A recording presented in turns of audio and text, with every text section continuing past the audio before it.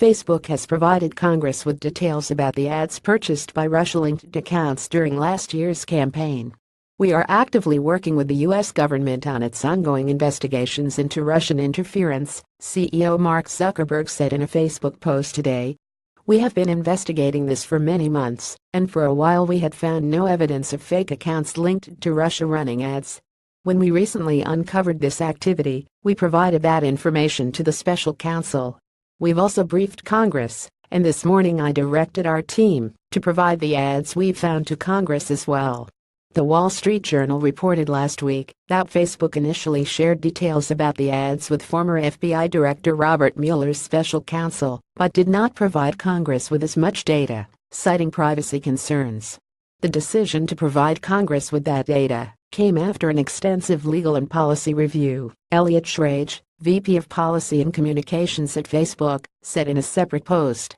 But the social network decided to turn over the ads because this is an extraordinary investigation, one that raises questions that go to the integrity of the U.S. elections.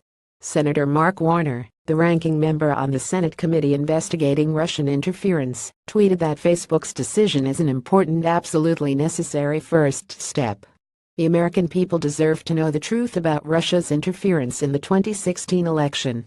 Facebook earlier this month said 470 inauthentic accounts and pages that likely operated out of Russia spent approximately $100,000 between June 2015 and May 2017 on 3,000 Facebook ads.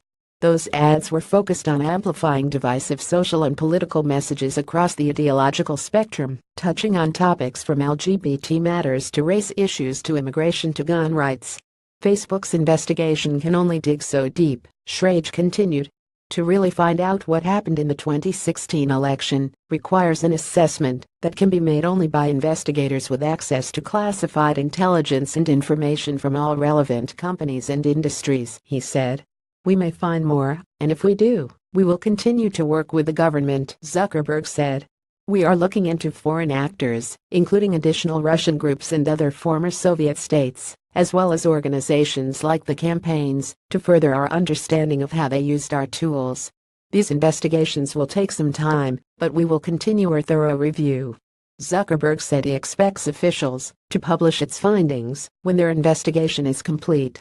More transparent political advertising. As for what Facebook can do at this point, Zuckerberg pledged to bring Facebook to an even higher standard of transparency regarding political ads. In the next few months, Facebook users will be able to visit the page of an advertiser to see what other ads they've produced, as advertisers can target specific people with certain types of ads. Meanwhile, Facebook will also strengthen its ad review process for political ads. Most ads are bought programmatically through our apps and website without the advertiser ever speaking to anyone at Facebook. "That's what happened here," Zuckerberg said, regarding the Russia ad buys. "But even without our employees involved in the sales, we can do better. That includes adding 250 more people to Facebook's election integrity team, expanding partnerships with election commissions, and sharing more threat information with other tech and security companies. It's almost certain that any actor trying to misuse Facebook will also be trying to abuse the other internet platforms too," according to Zuckerberg.